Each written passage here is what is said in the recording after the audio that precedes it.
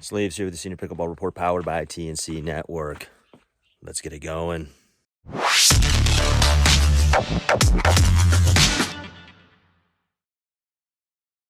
This morning on our People of Pickleball episode, we are speaking with Sam Gansline. He is the man behind Can You Drop, where they take old, beat up, cracked pickleballs and make something pretty cool. So we'll talk to Sam about that process. But before we get to that, if you like this content, consider subscribing to the channel.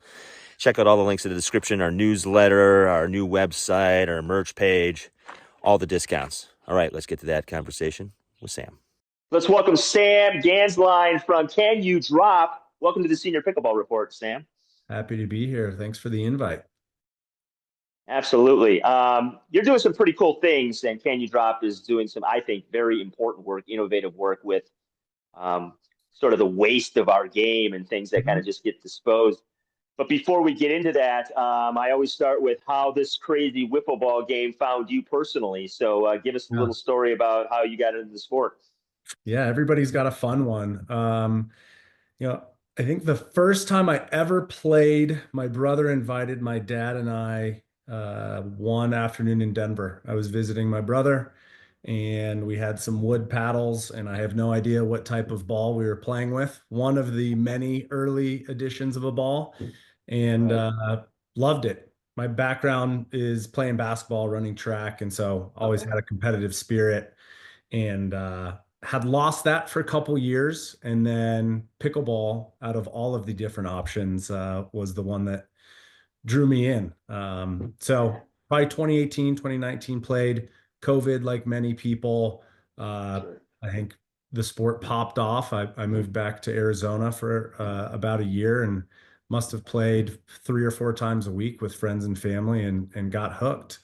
Moved back to LA, played with an amazing group of people in Santa Monica, and that really got me even more hooked, and which is where the idea for Drop really sparked from.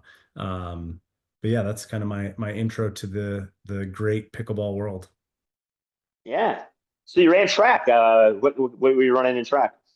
Yeah, basketball is definitely the primary sport, and then track was like, hey, how can I get faster for hoops? Sure. But I ran in high school 300-meter hurdles, and then I did Ooh, that's a tough event. tough event. I don't Tough know. event. I don't know why I decided to do that. But yeah, did 300 hurdles, long jump and triple jump. Wasn't very good, Yeah. but it was good to be outside and have some fun and be healthy, Yeah. doing some Yeah, absolutely. Yeah, you picked a monster event of track and field, really. Good for you. So obviously, getting into the game like we all have, and catching the bug, so to speak, is one thing. But then to try and jump into the marketplace and create something not only really cool but very innovative, and I think desperately needed on some level. Mhm. So, walk us through the process, because Can You Drop is doing some pretty cool things. So tell us what you do Sure. and the process to get there. Yeah, absolutely. So, what we are trying to solve is a waste problem in the pickleball world, right? We hit this little plastic ball around. I think everybody has their preferred way to stomp on it or throw it in the trash after it cracks or breaks or gets lopsided, whatever it is. And so we collect those, and our goal is to turn them into reusable products for pickleball players. Um, First product is pretty simple. It's a cool bracelet. I have one here. It's a fun combo of hey, what is this crazy neon thing on your wrist? But also folks to represent that they are a pickleball player. I think there's a little bit of I think we all know the tennis versus pickleball, or pickleballs Right. for the older folk, or is it really a younger generation? So I like to think of it as a representation of people that really love it. So our goal is Yeah. to take pickleballs and turn them into new products for pickleball players, and we have some cool products that we're trying to build right now. We've got this bracelet and a couple different versions that are coming from that. Okay. So where do you get the amount of balls to create volume for products? Yeah, so to start, I partnered with two different facilities. I'm in Denver right now. Okay. So I have two partner facilities out here in Colorado. I have a bin there, and once those get full, I go collect them.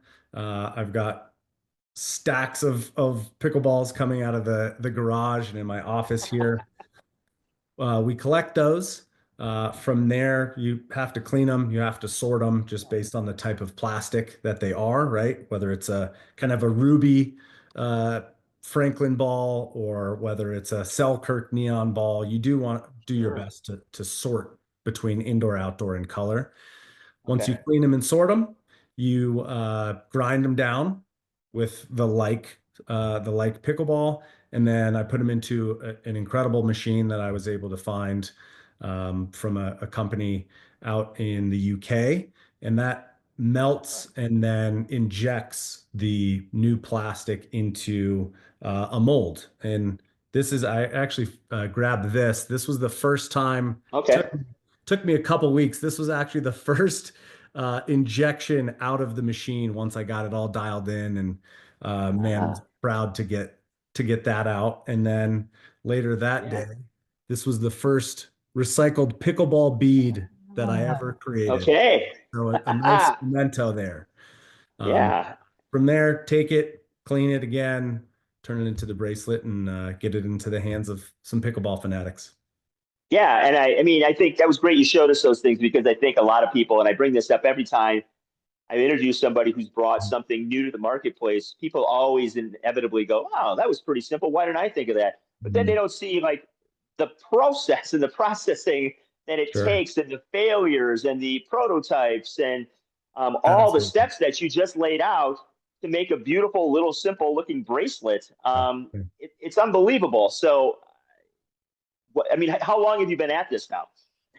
Yeah, and I think that's super well said, right? And that process was probably 3 to 4 weeks after I figured out what direction I even wanted to go with it, right? Okay. Okay. Even Yeah. more so. So the idea really sparked, I would say, um, probably 2021 or 22 while I was playing in Santa Monica, Yes.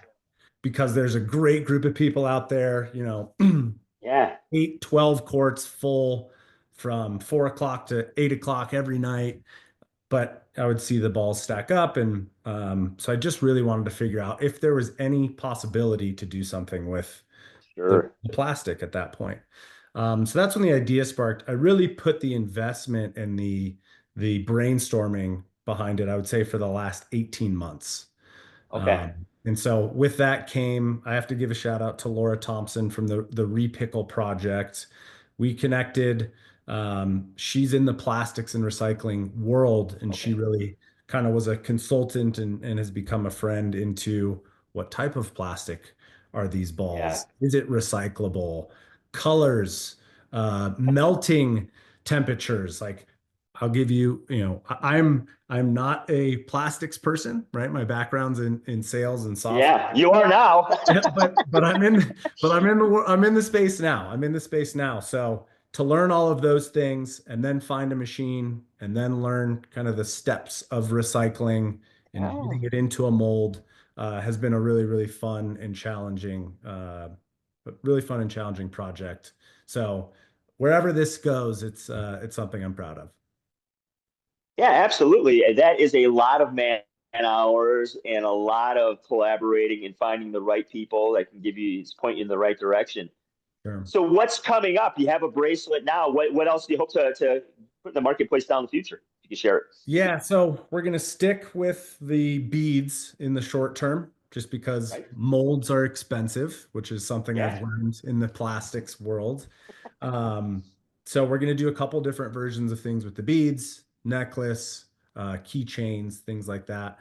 And then I want to get into and in brainstorming a couple of different products that I believe will be great return products to the Okay. facilities so that they can Yeah. you can kind of think of a circular model so they can use it either for Yeah. Right. practice Right. or selling to players. And so that's really the long-term vision is collect from these facilities and then give them something either to use or to turn into a revenue generator for those products. So a couple different practice materials. And then I have a longer term vision, but I don't want to get too ahead of myself Sure. there. But some stuff I'm very excited about that might be in the protective space for players. Excellent. No, I love it. I love the fact that it goes back to the clubs because ultimately, you're all helping each other out and, sort of one club at a time. And we'll see where this goes. I think it's one of the cooler things I've heard in a while come up as far as Thank you. innovation in pickleball and desperately needed because my fence line in our courts is just full of different colored balls sitting there. Right, right. And, sometimes the wind blows them off and usually they end up somewhere where you don't want them to end up anyway. So this is a great way to use those things.